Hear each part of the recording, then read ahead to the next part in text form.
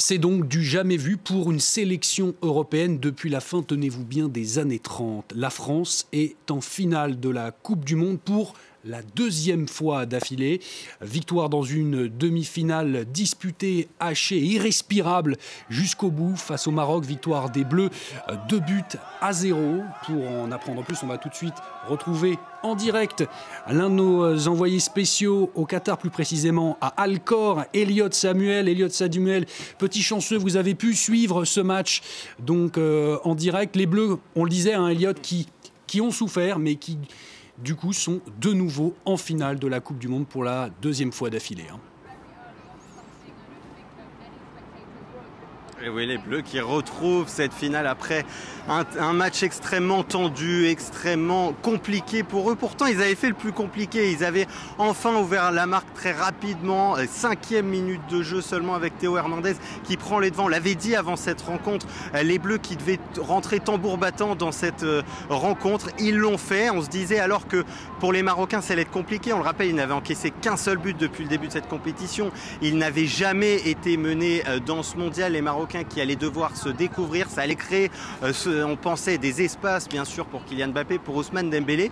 Et finalement, cette équipe marocaine qui a été extrêmement surprenante, qui a tenu tête à ces Bleus, qui même mieux, s'est créé énormément d'occasions. Les Marocains qui ont eu notamment cette énorme occasion juste avant la pause, ce retourné acrobatique d'El Yemak sur le poteau. Le Maroc qui vraiment a eu la possession de balle, on ne s'attendait pas à cela, 34% en moyenne de possession de balle pour l'équipe marocaine depuis le début de la compétition. Là, les Lions de l'Atlas en étaient à plus de 60%. Les Français ont trop reculé, ont laissé jouer cette équipe marocaine, mais ils ont une nouvelle fois su faire preuve de sang-froid, comme ils le font à chaque fois. Ils savent faire le dos rond, ils savent souffrir ensemble.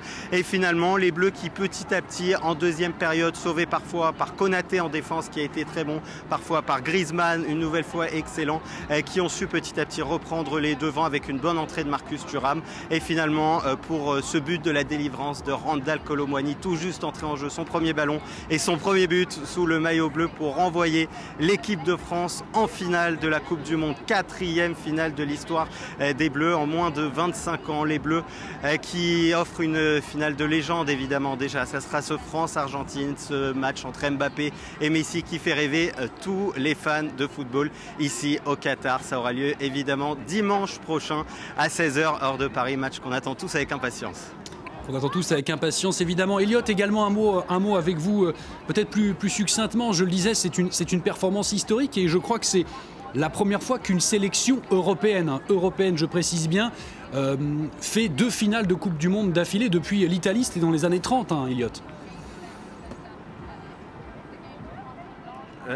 Oui, alors il y avait aussi l'Allemagne qui a eu dans les années 80 deux finales de suite, mais les Bleus qui quand même réalisent une performance historique parce que être tenant du titre, on l'a dit, il y avait cette malédiction du champion, cette fameuse malédiction du champion qu'on a pu voir sur ces dernières Coupes du Monde.